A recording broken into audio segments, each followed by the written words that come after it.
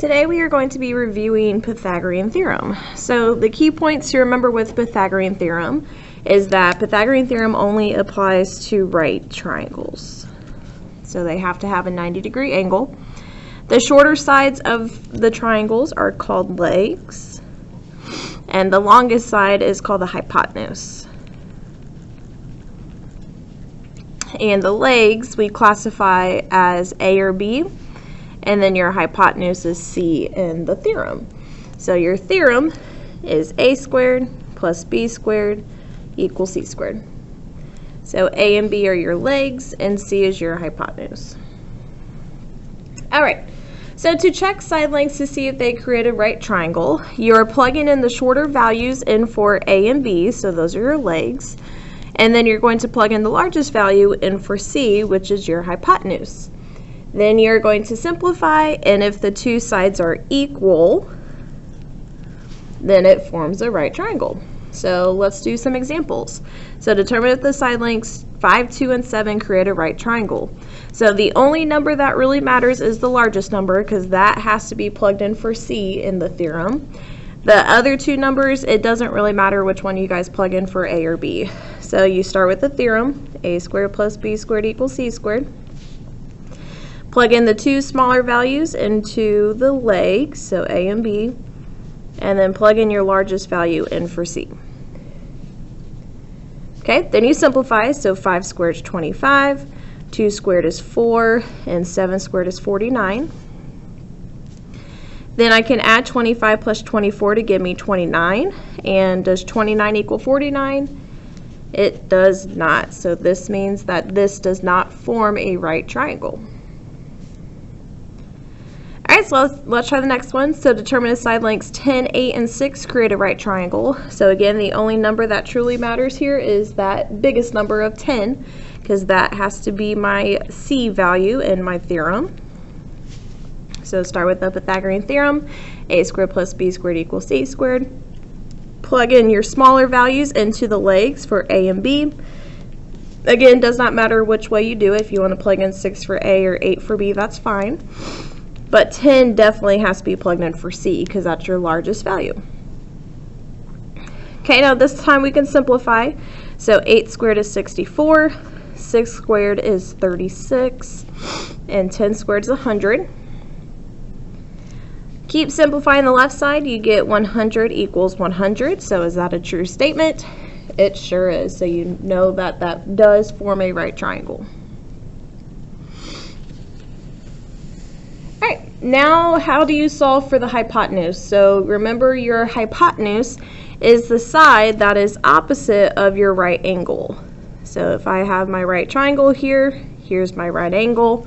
Your hypotenuse is always the side opposite of the right angle. So this side over here is going to be your C. Okay. Alright, so to solve for the hypotenuse, you plug in the side lengths for A and B, because those would be your legs. They would be the two smallest numbers. Then you are going to simplify and add both side lengths together. Then your last step is to take the square root of both sides. Okay, so let's do that. So find the missing side length. So again, I can see that the side that I'm trying to find is the hypotenuse, because it's opposite of the right angle. So that means when I start with my theorem, A squared plus B squared equals C squared. These two are my legs, because remember, legs are connected to the right angle, the two sides that form the right angle. Does not matter again which one you plug in for A or B, because by the commutative property, if you were to flip-flop them around, you would still get the same answer. So we plugged in the side lengths for A and B. Now we just simplify. So 5 squared is 25. 18 squared, I'm going to use my calculator for this one, is 324. And that equals C squared. Then you can still simplify the left side by adding those two numbers together, and you get 349.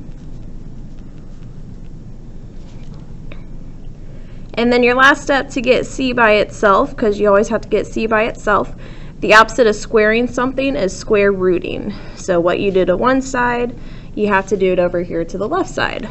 So in your calculator, when you take the square root of 349, you get a decimal, and usually with Pythagorean theorem we round to the nearest tenths or hundredths.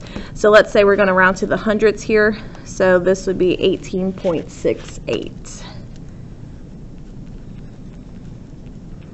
And it would be feet.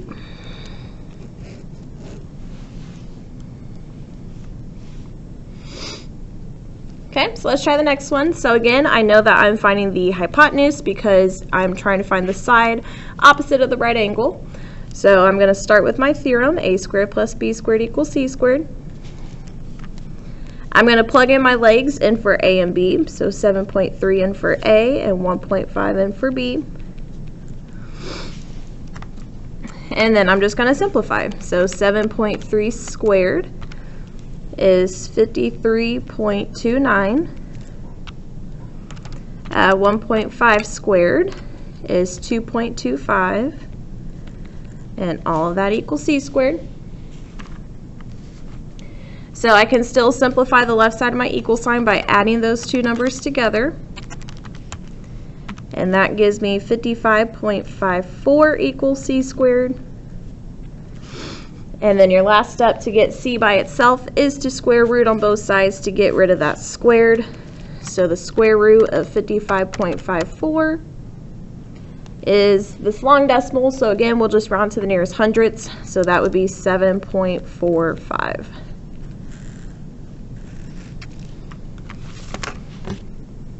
Okay, so that is how you find the hypotenuse. And then vice versa, so instead of finding the hypotenuse, we can then solve for a leg. So when you're solving for a leg, you're going to plug in your values for, and this could be a or b. So you will have one leg. It does not matter if you plug it in for a or b. But your other value is definitely going to be your hypotenuse. So this time you're going to plug in one number for the leg and one number for the hypotenuse. Next step is you're going to square both side lengths. Then you have to subtract your leg from the hypotenuse, and then just like we did with the last segment, you are going to take the square root of both sides. Okay, so let's do a couple examples. So again, wherever your right angle is, you have to determine if you're trying to find a leg or a hypotenuse. This time, what we're trying to find is attached to the right angle, so that means I'm trying to find a leg. So I have to plug in my other leg in for a or b, and then my hypotenuse, opposite of the right angle, I have to plug it in for c. Okay, so we're going to start with our Pythagorean theorem. A squared plus b squared equals c squared. I'm going to plug in my leg in for a or b, does not matter. I'm going to leave the other one as the variable because that's what I'm trying to find. I know here it says x, so if you would rather put x there, that's fine, but I'm just going to leave it as b. And I'm going to plug in 21 for c. Okay, next step is to simplify. So I'm going to take 15 squared, and that gives me 225. Again, leave b squared alone for right now. Then you're going to take 21 squared, and that gives me 441. And then now we have to solve the equation to get b squared by itself. So if I want to get the b squared by itself, I have to move the 225 over to the other side. And to do that, since it's a positive, technically it's adding. So the opposite of adding is subtracting. So then we're left with b squared equals 216. And then this should look very similar to what we did on the front side. To get the b by itself, the opposite of squaring something is square rooting. So our answer here is taking the square root of 216, which gives us this number. So if I round it to the nearest hundredths, I would have to bump the 9 up, but the 9 will turn into a 0, and then I take the 1 to the 6. So this would be rounded to 14.7.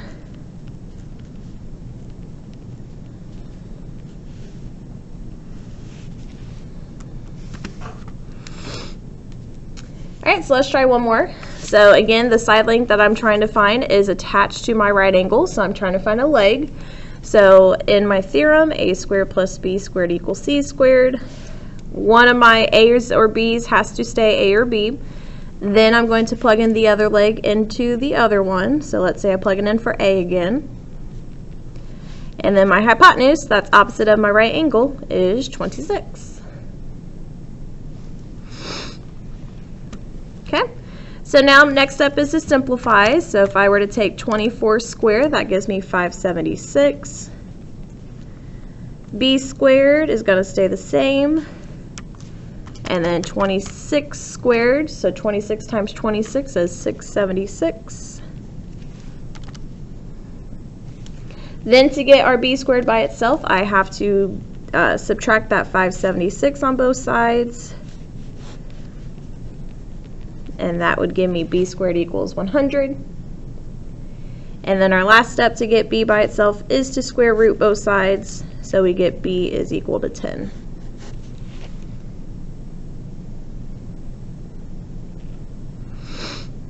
All right, so that is how you solve for a leg. So now let's try some word problems. So I always tell my students that if you can draw a picture with these, I feel like it's 10 times easier to figure out what you're trying to find, okay? So number one, Kelly is playing hide and seek with Ellen and Jackie. Ellen is hiding 12 meters south of Kelly, and Jackie is hiding 5 meters east of Ellen. How far apart are Kelly and Jackie? So on our compass, okay, it goes north, east, south, and west. I was always taught in the direction of never eat Santa's waffles, okay? So the first piece of information that we were told is that Ellen is hiding 12 meters south of Kelly. So if I were to put Kelly, let's say I do it over here. If I were to put Kelly over here, okay, Ellen is 12 meters south of her. So south is going down 12 meters, and that's where Ellen is located.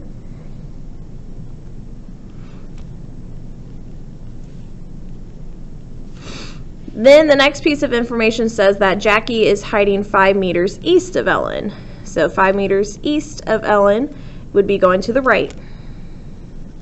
So that would be 5, and this is where Jackie is at. And they want to know how far apart is Kelly from Jackie. Okay, so like I said, we are trying to find the distance between Kelly and Jackie.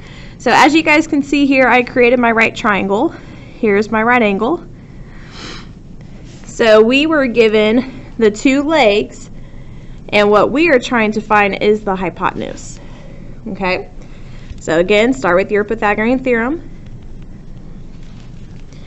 Since we are given the two legs, I'm going to plug those in for a and b.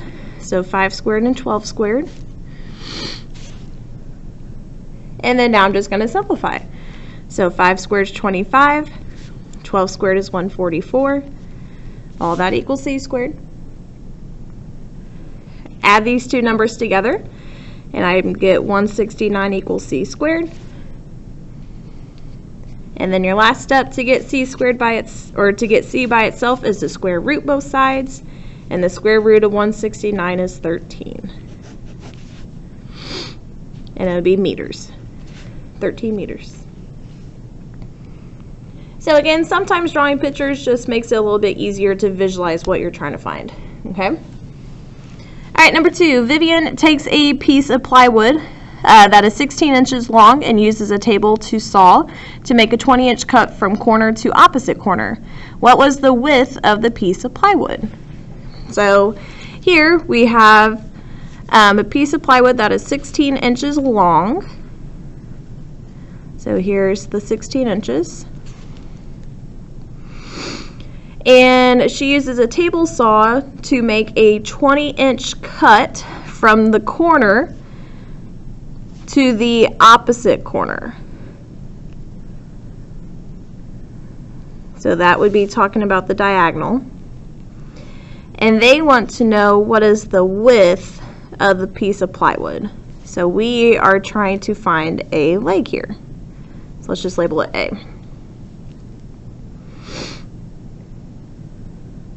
Okay, So obviously the plywood is going to be a little bit smaller than this triangle, but I wanted to make it a little bit bigger so that we can visualize it. So we're trying to find a leg, so we're using our Pythagorean theorem, a squared plus b squared equals c squared. Again, does not matter if you plug in the 16 for a or b, but your 20 is your hypotenuse, so that has to be plugged in for c. And then now I can just start simplifying. So 16 squared is 256. 20 squared is 400. To get a squared by itself, you have to subtract the 256 from both sides. And you get a squared equals, and 400 minus 256 is 144. And then your last step to get a by itself is to square root both sides, and the square root of 144 is 12. So the width of this plywood would be 12 inches.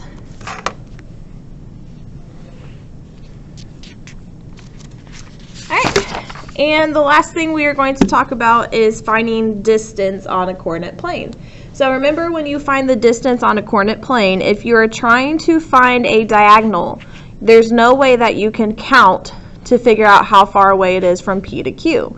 What you have to do is you have to create your own right triangle that connects P and Q together at a right angle to figure out what the legs are, because you can count the legs because you have horizontal and vertical lines just like your coordinate plane does, and then you can use the Pythagorean theorem to figure out that side length. Okay, so let's do that. So if we're trying to find the distance between P and Q, here is my line. I created my right triangle by creating these legs here. So now I'm just going to count to figure out what's the distance of the legs. So from going from P to this spot, it's 1, 2, 3, 4 units long. And then from Q to this spot, it's 1, 2, 3, 4, 5, 6, 7 units long. So I'm going to use this to figure out what my hypotenuse is. Okay, so again, theorems a squared plus b squared equals c squared. Again, my legs in for a and b, so 4 was one of the legs and 7 was the other leg. Now I'm going to simplify, so 4 squared is 16, 7 squared is 49. Add 16 plus 49, so that gives me 65. And then last step to get c by itself is to square root both sides. So the square root is 65, and we can round to the nearest hundredths, would give me 8.06.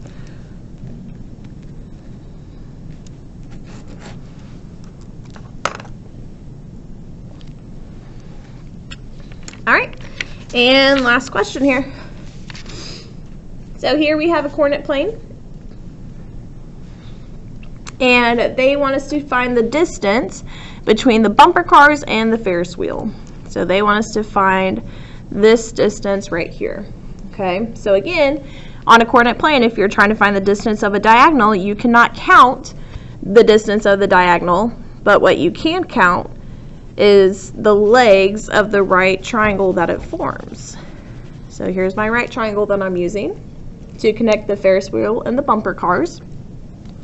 So I'm going to figure out what the legs are. So from here to here, it is 1, 2, 3, 4, 5, 6, 7 units long. From here to here, it's 1, 2, 3 units long. And I'm going to use that to find my hypotenuse. Okay, so again, a squared plus b squared equals c squared. We just found the legs to be 7 and 3. And then I can just simplify. So 7 squared is 49, 3 squared is 9. I can add 49 plus 9 to give me 58. And then I could square root both sides. So the square root of 58 gives me 7.62 if I round it to the nearest hundredths.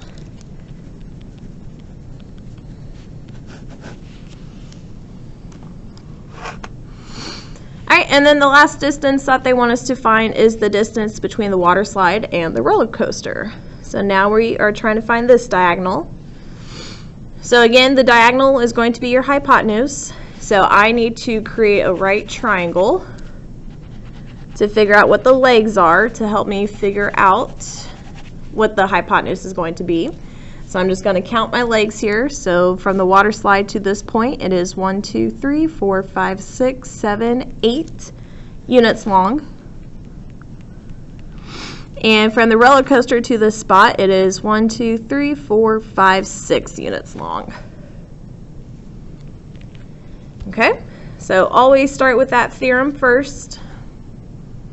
We can go ahead and plug in our legs in for A and B.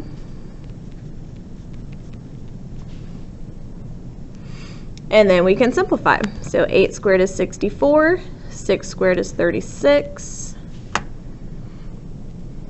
64 plus 36 is 100. And then to get C by itself, just take the square root on both sides and you get a distance of 10. All right, so that was your Pythagorean Theorem review. So if you have any questions, just let your teacher know.